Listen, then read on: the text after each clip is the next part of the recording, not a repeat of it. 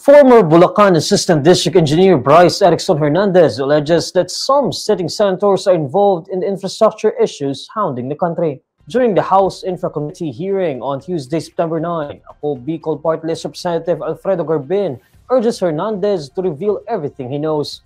Hernandez then asks the House panel if he may no longer be sent back to the Senate as he fears for his safety. Para magsalita po ako ng involved dito kung kanino po napupunta yon. Siyempre, tatakot din po ako sa buhay ko, sa pamilya ko. Kasi hindi naman po birong tao itong mga involved dito eh. As I've said, Engineer Bryce, you will be protected by this committee as long as you will say the truth. Pwede po bang huwag nyo na ako ibalik sa Senate, Your Honor? Kasi may mga involved pong senador dito. At hindi ko po alam, magiging kapalarang pinalik niyo ako. The Senate Blue Ribbon Committee earlier cited Hernandez for contempt and detained him for allegedly lying before the panel. The upper chamber is holding its own investigation into anomalous flood control projects.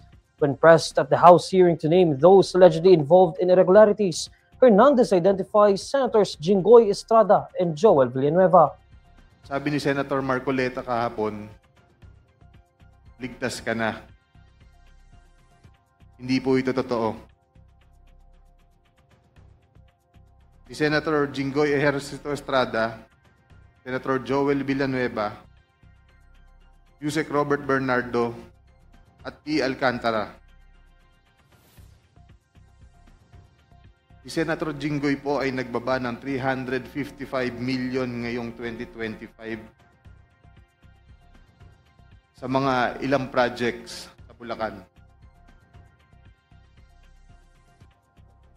Estrada denies the claims made by Hernandez, even daring him to take a lie detector test.